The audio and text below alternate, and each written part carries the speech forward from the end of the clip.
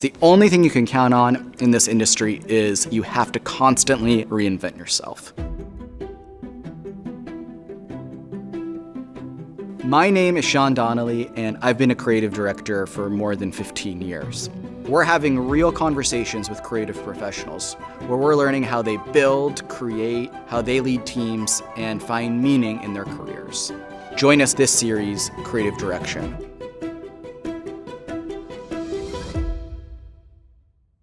Today we have Susan Olsen on Creative Direction, who is a creative director at Cloudflare. Really excited to hear your story today. Thank you so much for inviting me. I'm looking forward to this. I want to go back a little bit. So going back to growing up, what were the things that really sparked joy, sparked your creative love early on in your life? We've always talked about, being a storyteller and things like that. And I think of myself more as like a maker. That's just how I grew up was, building things, making things, touching things. Yeah. Can you think of a moment or a time where you had this really big spark where something just totally clicked and worked for you? And you knew you were on this path of being a, creative for the rest of your life? Yes. Well, so yes to all the creative things. And I was always in the art department and always doing that. But the other side of me was very business focused, very political. And so when I was a child, I wanted to be the first woman president. That was my goal. So through high school, I had always thought I was going to go to law school and pursue something like that. And then I was a senior in high school, beginning senior in high school, and it was one of those days. It was rainy, it was crappy out, it was cold, and I got up and I was like, I'm not going to school today, I'm calling in sick. And then, you have that epiphany as you do when you're of age, when you're thinking about your future. I'm going to have to get up and go to work every day. What am I going to do? What would make me get out of bed right now if I had to get out of bed right now? And I thought, I could get out of bed and go to the art studio. That I could do. And it was kind of an epiphany, right? I changed the whole direction. I changed my major and I focused then on going into design and going to art school and then building a career there. And I still remember it. I mean, that was really the pivotal moment. Yeah, that's amazing. You just had that spark. You knew. Yeah. It's kind of funny. I feel really fortunate that I knew what I wanted to do my whole life for the most part, right? Some people really struggle finding their path and finding their joy and their spark because, it's such a broad field. But I feel really fortunate that I was able to focus on that and then craft it in a way that fit my personality because I can be a little bit strong-willed and direct.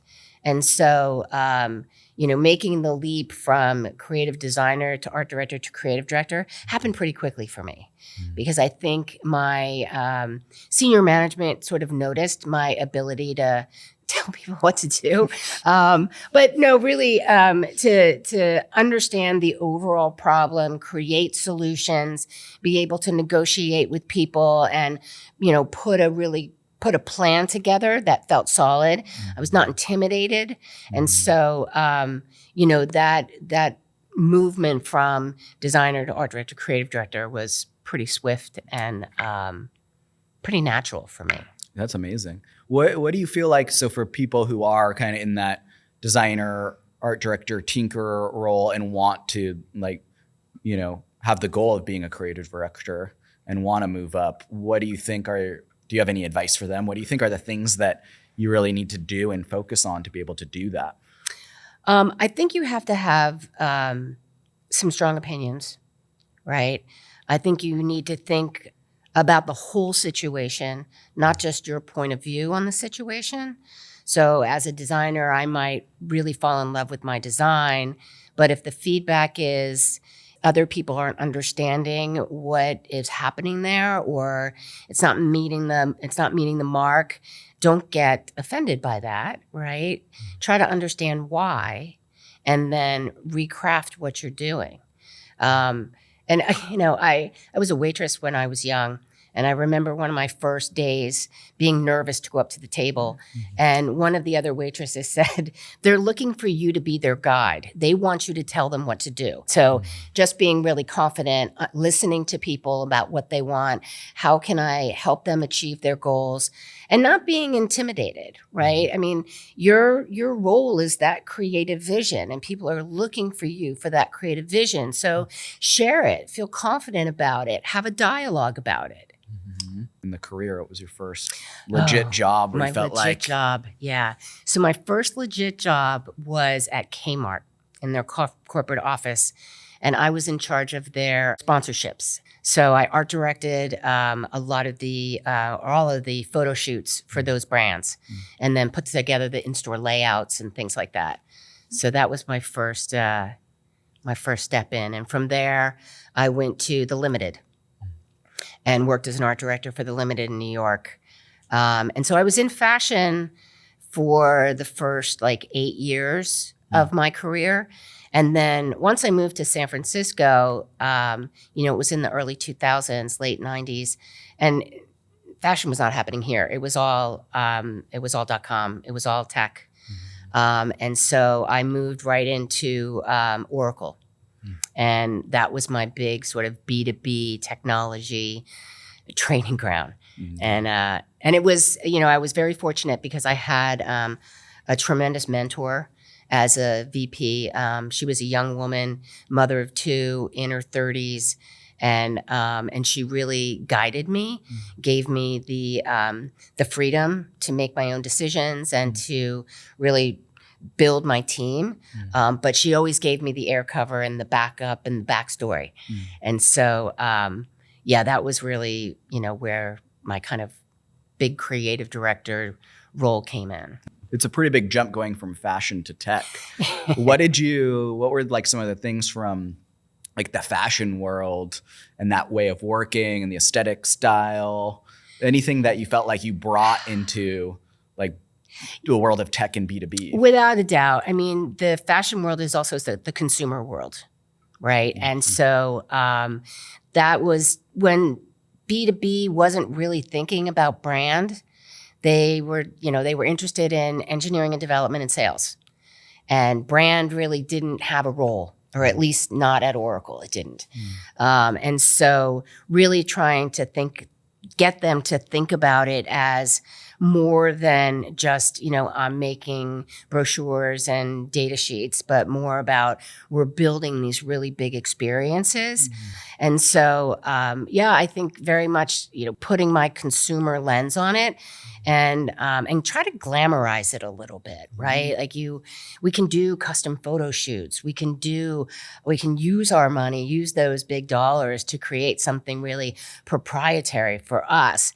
Let's think broader about this. Let's do custom photo shoots. Let's work with the video team. And so really trying to, elevate all of the creative. So it felt like a true creative story as opposed to, just the sort of day in and day out making of collateral. Absolutely. I mean, and there is so much opportunity for story. I find in the B2B tech space, the opportunity for storytelling that I personally find really exciting is the tangible effect of what some of this stuff does is actually way more interesting, has more impact. So when you went into, the world of tech from fashion, what were some of the big hurdles and challenges? What did you feel like you had to overcome and learn? And then what did you really gain from that experience? Well, certainly I had to learn technology, right? Coming from New York was not, I'm aging myself, but, it was in the late 90s. And so, New York was just figuring out what the internet was, right? And you come to California, you come to San Francisco, and we are light years ahead of where New York was. I mean, obviously, so when you're in Oracle, grew a lot. There's so many brands. Yeah. What did you take away creatively from, learning to run a team and? Oh God, everything. I was there for 9 years. So when I started, I had about I don't know, 4 or 5 designers. And then when I left, like about 36. So, I mean, we did everything from advertising, direct mail. They were very much, did not want to use agencies. They wanted to do it all in-house. And so really setting up a full agency was, it was, flying the plane while building it, same kind of thing. So like, what would be your advice to like, someone who is a, creative director who is like running a team and in an environment like that? Is it the yes and like just say yes confidently and figure it out? It is the yes and, because there's, you're not going to have a lot of success saying no, because they're just going to go to someone who's going to say yes. So it is the yes and then you have to figure out, okay, well, what about we start with this and then we can add on this and then we can grow to that. Just find a way to solve the problem, because if you're a roadblock and you say no, like I said, they're just going to find someone else who can do it. Did your creative voice or your outlook on creative and what's effective out in the world also develop and change? Or do you have any philosophies there on, what developed for you? I think it's trusting the teams that you build around you, right? So I, as the creative director, I don't have to have all the answers, and I don't have to have all the ideas either, right? I need to be able to bring in strong designers who bring a point of view and be able to have a dialogue with them and then give them feedback on what's working, what's not working. I need to bring in great video people. I need to bring in really good writers. And then, together, that story starts to come to life. And I think that's what I love so much about this is, there's the digital piece and the video piece and the ad piece and the website piece, and seeing all that sort of collate in a way that, creates this overall experience for something is just so satisfying. And you see how everyone contributed. I've worked with some stakeholders before that if they're on set, they're critical about every little thing that's happening. They're like, oh, her shirt is overturned here, or have her move her hair back. And I'm just like, you have to let the creatives get into a groove, right? And so I don't want to keep stopping and starting and stopping and starting and stopping and starting. Let them get into a groove, wait until there's a pause here, and then go over and say, okay, I like what's happening. Maybe we can move a little bit this way, try a little bit this way. But if you continue to just criticize, they're never going to get into the groove, and you're never going to get those moments of brilliance. And it's the same thing for a team. I mean, it's like you can't just be giving feedback all the time. Right. It's like that's the soft skill of, I think, really great creative directors. It's like, oh yeah, the art, the design, the tools, but the soft skills of how you motivate people and get results out of people is like, that is such an art of knowing humanity and knowing people so well. Designers, creatives, they're very special. You need to encourage that creativity at the same time you're giving feedback. So I never try to tell them what to do. I can tell them what's resonating for me, what's not resonating for me. A lot of times I'll see something and I'll say, I've got a story for that. I can totally see that story. This story is telling this, and this, and I can make that happen. I can do it off the cuff. Like if you put somebody in front of me right now, I'll make up a story around that. And so I try to give them that encouragement. And if I don't see a story, the same thing, I'm like, I'm not seeing the story. So tell me, what is the story you're telling? Like, how is this matching the creative brief? How are people supposed to feel when they see it? And so I think that higher level guidance, right, without say make it blue or yellow, makes them think more and then have more ownership of it and develops them as a creative, right? And so, if I there are instances where I have to just get it done and change that to blue, change that to red, make that bigger, make that smaller, I can do that, but I try not to be that prescriptive. Certainly in the conceptual phase. Yeah. Or else you're going to get stuck having to do everything. Well, they'll be stuck, right? Like I'm only as good as my team. And so I need my team to grow and I need my team to feel empowered and, and have success. And that's, all boats rise. Yeah, absolutely. So talk to me about when you had to go back and rethink your career and what you were doing. Yeah. So I left Oracle in 2007, which wasn't great timing. And then the crash in 2008 happened, right? And I was at a small agency at that point. And so I was let off immediately. And so those, that 2008, 2009, 2010 was really, it was a struggle. And so, so as much as my great time at Oracle served me from a creative development standpoint, it had left me sort of inexperienced with my day-to-day tools because I wasn't working in Illustrator every day and Photoshop every day, and I wasn't coding websites and things. So I found a program through BayVac, Bay Area Video Coalition, that was actually training creatives to go, to freelance and to up their skills. And so I spent the summer, I think I did, 265 hours of classes and Photoshop, Illustrator, HTML, CSS, After Effects, all of that, and then set up my freelance business.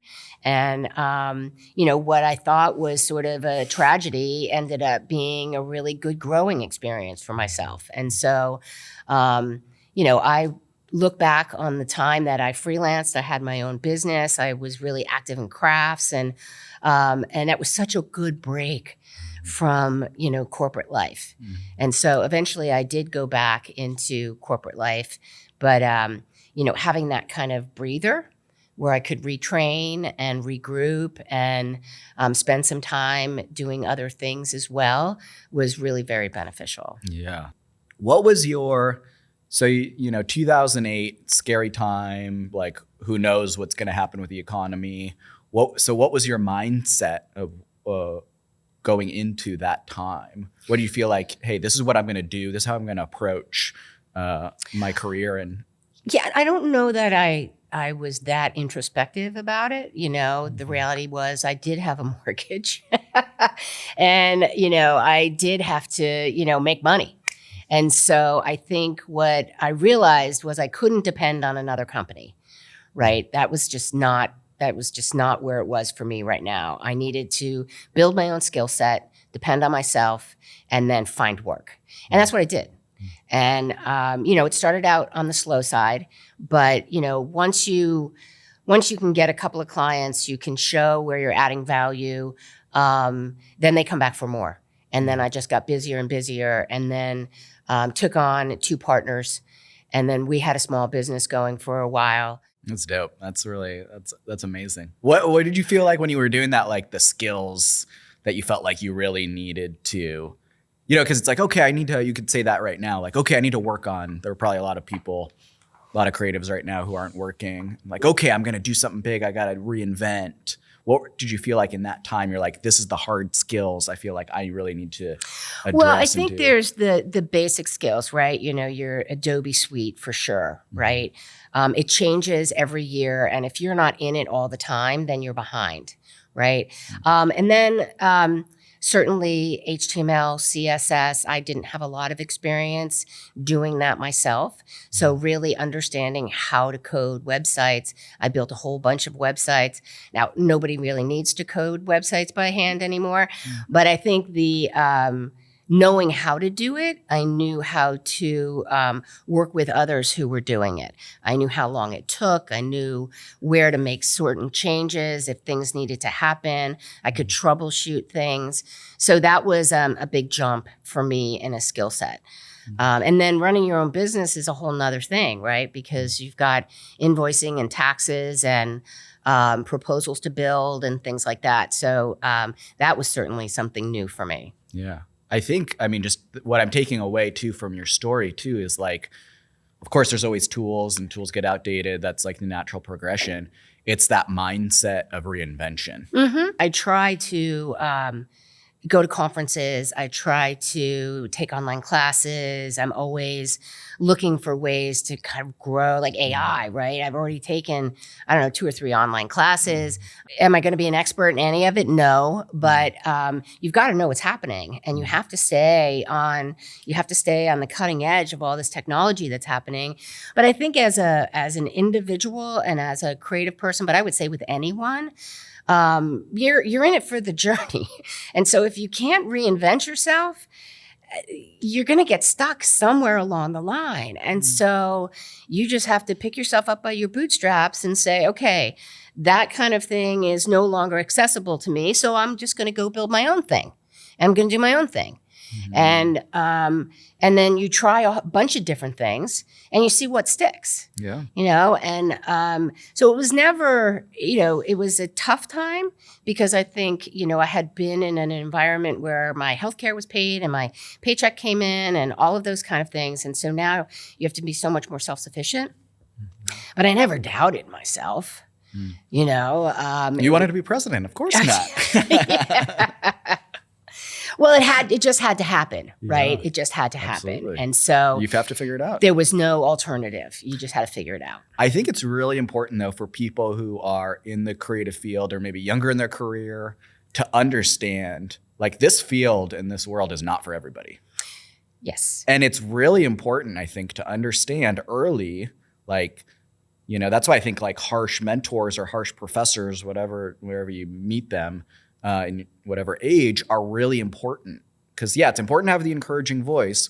It's also important to have the voice of like, you will be reinventing yourself constantly. Do you want to be engaged in that way? If that's what you want and that sparks joy for you and that's interesting, this is for you. Yeah. And if it's not, like this might not work out for you. And it's better to like make that transition earlier in your life than later. Because I think it's the same for your you can talk about the tools, but also like the work, every project I think you should be sinking some of your heart into and think about how do you do it in a different way.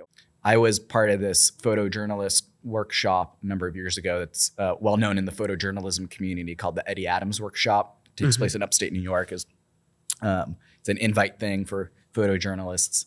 And I remember one of the things I took away from that was a really famous photographer said, when you get an assignment, you go and you shoot the assignment and then you shoot the assignment. Yeah. The idea being like, go meet the expectation, make sure you get the thing done. Right. But then like never stop there basically. Right. And I think that's something I've taken true to like, for me is like every piece is like, let's meet what we're supposed to do. And then do more. Yeah, absolutely. Absolutely. Because you have to cover your base. Right? You have to do what's expected, but then do what you want. And chances are it's going to be better. Yeah. Yeah. And you never know, like people don't know what they don't know. Right. Too. So talk to me about your current, where are you now? So I am at Cloudflare now. I've been here 3 years, a little over 3 years. Yeah. And what's different about your role and what you're doing there compared to the VMware world? It's very similar but different. I was fortunate enough. My manager was the same, so I joined him at Cloudflare. He was my manager at VMware, so there was a lot of continuity there. So I kind of knew. I was less fearful in starting a new job because I knew the support that I had. I feel really fortunate because I love what I do, and I do it. I've been doing this for 35 years and I still like getting up in the morning and going to work, right? And so that has never left. That kind of spark of joy has never left. And so I really enjoy seeing when, that work comes to fruition and we've got some really great creative, and I can see the pride in the designers and the work that they've done. And, I always say my best days are when we do our big presentations. We've been working on something for weeks at a time, rounds and rounds, and we've got all of the presentations ready to go. And, I can present to our senior stakeholders and they're like, wow, this is amazing. I'm like, that's my best day, right? Yeah. That is absolutely my best day. Getting to represent all that hard work and seeing the joy in the stakeholders, seeing the joy in the team. That's what we do this for, right? Yeah. That's awesome. What's your vision for, what's your vision for Cloudflare and the brand? Is there a place you want to take it in terms of story or design or narrative? It's a really interesting company, and I think it's right at the precipice of exploding. There's a lot of really good energy around it. They are very innovative, and certainly in this age of AI, they've got great new products that they're and solutions that they're creating. So it's very dynamic and it's a little intense. There's an intensity to innovate. There's an intensity to go big. There's an intensity to grow, and so you feel that all the time. And so it does kind of give you you can't rest on your laurels. You're always thinking about how you're going to outdo what you did last time, how you're going to make it better, how you're going to grow. And so one of the things that we're starting to think about now is growing the in-house video studio, right? Right now it's a closet.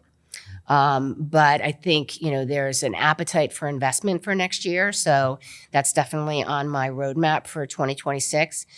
We were able to expand over the last year. I hired 2 new video editors and motion artists down in Mexico City that are amazing. And so adding that kind of skill set to our team has been great because we can really offer much more immersive experiences to our stakeholders. So, really just seeing the way that our creative team can grow and add value to the business is something that I really look forward to. We were talking about AI a little bit, before this recording started. But yeah, what's your philosophy on how do you use AI? What's your use cases now, and any future thoughts, predictions on what it means for the world? Well, I think it's just like all the innovations we've seen in the creative world, right? Like I always tell the story that, I was graduating at art school with my diploma and they were rolling the computers in behind me, right? So I didn't have any formal training on that. I learned it all on the job. But, again, you can't doubt yourself, right? You're moving forward. And then the digital photography and the internet and everything else that's come with it. It's a tool. It's a tool. And the earlier you adopt it, the earlier you learn it, I think the better off you're going to be. Some people are really fearful. I've been encouraging my team to play with it, creating certain exercises that we can use it for because it's here, it's staying here, and harness it, use it to your best interest. What's your prediction for the future of like creativity and marketing, branding? How do you think these teams will shape up in the future? Yeah, I think, we touched on this earlier that, you have to figure out if this is the career for you or not. If your plan was to make banners all day and resize stuff, there's no future here, right? I mean, that's being done already. So I think you really need to be able to ideate, to direct and lead, to understand the technology and learn how to put it together in a way that is going to elevate whatever it is you're creating. But you're going to have to come with ideas. And so if you're not coming with ideas, coming with creativity, then AI will take the place, right? If you're just a pair of hands that executes. I really appreciate what you said around like, if you're if you like doing execution, there might not be much of a world in the way that you're doing it now. But like, I know a lot of people who really value being the technician or doing the execution, and they don't want to do the ideation and the creative thinking and the presenting and all that stuff. It's like, great, if that's what you really like, figure out how to do that with these new tools and Without still a be doubt. the technician. Yep. And because there is a world where that still, you know, you could be very, very successful when you know how to do that well. What's your advice for your stakeholders? So people who are the executives who are having to make sure creative runs well for their worlds and their organizations. I don't know how much my C-suite thinks about my studio and the day-to-day work that we do. I think from a higher altitude, right? When you think about brand, that investment that we make in brand, in making sure that our name is out there, that people know who we are, and that they're intrigued and they're curious about what we do. I think that's something that needs to be continuously invested in. And I feel that they get that, right? They are definitely looking to put the company on the map. Mm-hmm. And so that is one of the exciting things, right? We're looking at a number of different ways to try to, break through the clutter and get a seat at the table at some of these big enterprises. Mm-hmm. And then, believe in your own people. I think that's one thing that I have come across in different organizations where somehow they think an agency is smarter and more creative than the people that they have on their own team. Mm-hmm. And I fight that all the time. I will resist that. I've worked in agencies before. Those people aren't any more creative than the people that are on your payroll. They just aren't. Sometimes you need agencies, right, to specialize in a certain project, and that's what they're good for. But not believing in the people that you hire and that are on your team is a mistake. You need to invest in them. You need to believe in them. You need to empower them, and they will do their best work because they really care. That was awesome. Great job. Well, thank you so much for sharing all your insights with us. It was such a cool conversation. Amazing to hear your story. And I really am looking forward to your presidential run in 2028. I will never rule that out. Thank you so much. I really appreciate it.